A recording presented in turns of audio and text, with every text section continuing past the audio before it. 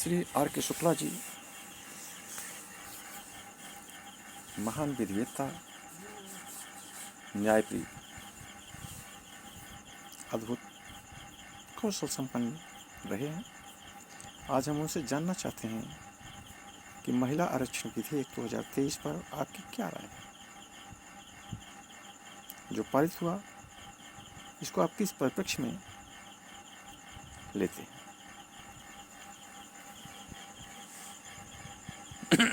देखिए, ये भारत देश है।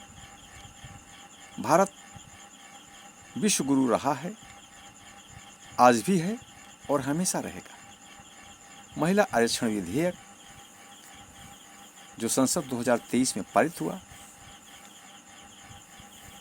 ये ऐसी नामुमकिन चीज है भारत में जो 3 दशक के बाद पारित हो पाई है। 3 दशक पहले मुझे याद है कि राजीव गांधी जी द्वारा महिला आरक्षण विधेयक संसद में पेश किया गया था, जिसका वामपंथी दलों ने पुरजोर विरोध किया और उसे पारित होने से रोक दिया। यह कहना कोई आवश्यक नहीं है कि कौन कौन से दल ने उसे रोका था और किसने अब इसे क्या किया, इसके साथ छेड़छाड़। सर्वविदित है कि पुरुष और महिला की संख्या समान होनी चाहिए और समान है भी। थोड़ी बहुत अंतर हो सकता है। जहाँ तक महिला आरक्षण विधेयक की जरूरत, मुझे ऐसा नहीं लगता कि किसी देश में महिला आरक्षण विधि की आवश्यकता है, विधेयक की।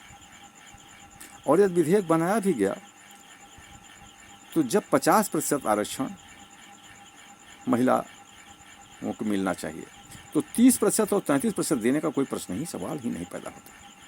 यह वही है कि जिसका निरर्थक है। मेरे विचार से महिलाओं का आरक्षण, उनका हक 50% है और 33% दे करके 17% भी उसे पुरुषों के कब्जे में रख लिया गया है। ये तो सरासर अन्याय है मेरे विचार से। खैर, न्याय की भाषा में और न्यायालय की भाषा में कुछ भी हो सकता है। मैं इस विशेषण पर नहीं जाता, लेकिन आम आदमी की तरह सोचिए कि पृथ्वी पर यदि 100 व्यक्ति हैं जिसमें 50 महिलाएं हैं, तो कितनी महिलाओं को भोजन चाहिए? 50 को चाहिए ना। तो उसे आप समझ सकते हैं। इसमें 33 महिलाओं को भोजन का अधिकार मिला और 17 को निगलेक्ट करके पुरुषों को दे दिया गया। कहाँ से न्याय होगा?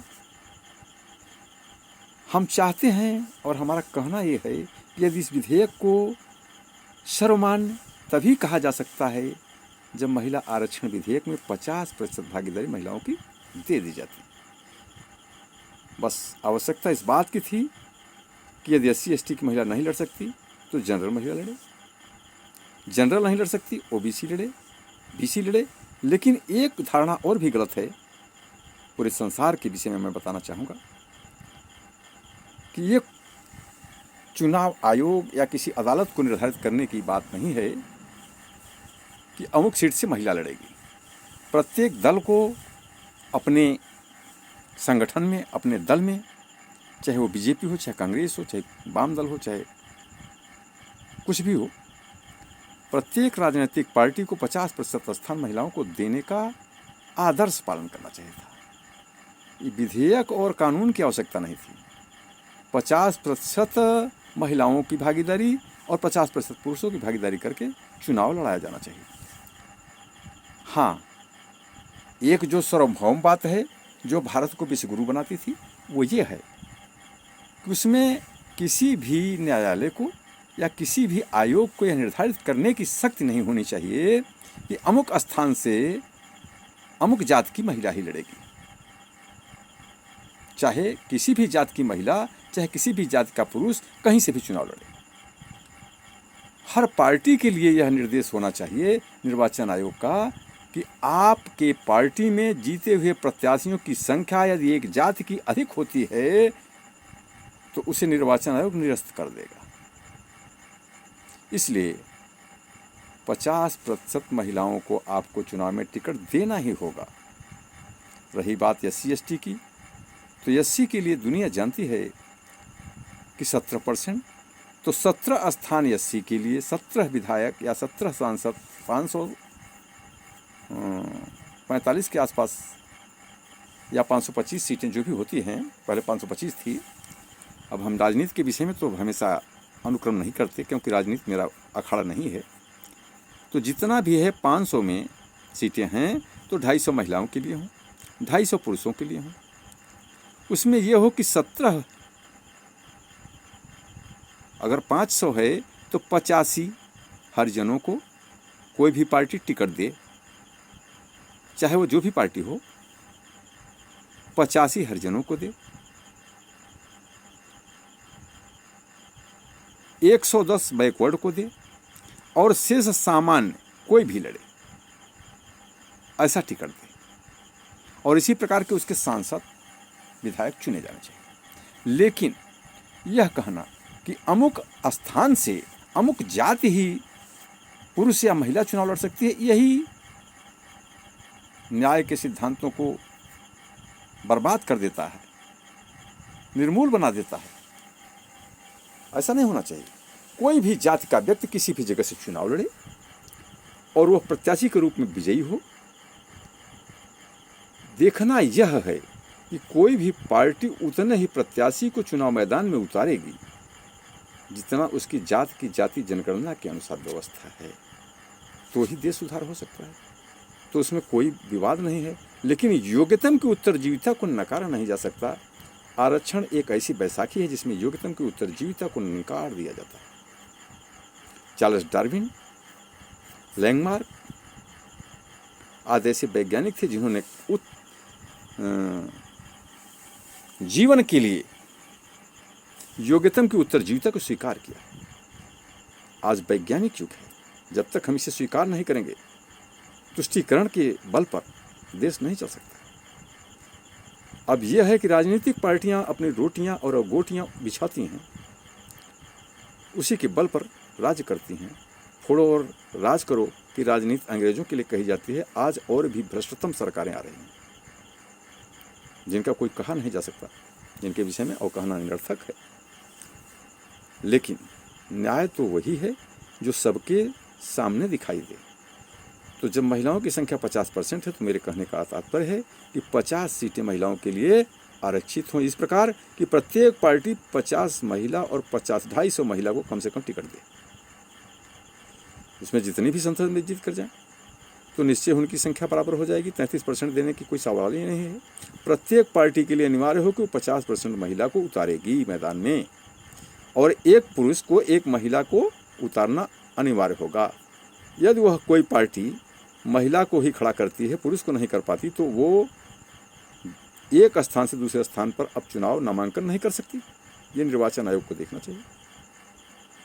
और यदि एक पार्टी 4 पुरुष को उतारती है और एक भी महिला नहीं उतारती, उसे भी चारों चुनाव निशान आवंटन से रोक देना चाहिए कि आपको 2 महिला को भी निर्वाचन के लिए किसी भी क्षेत्र से उतारना पड़ेगा मैदान में।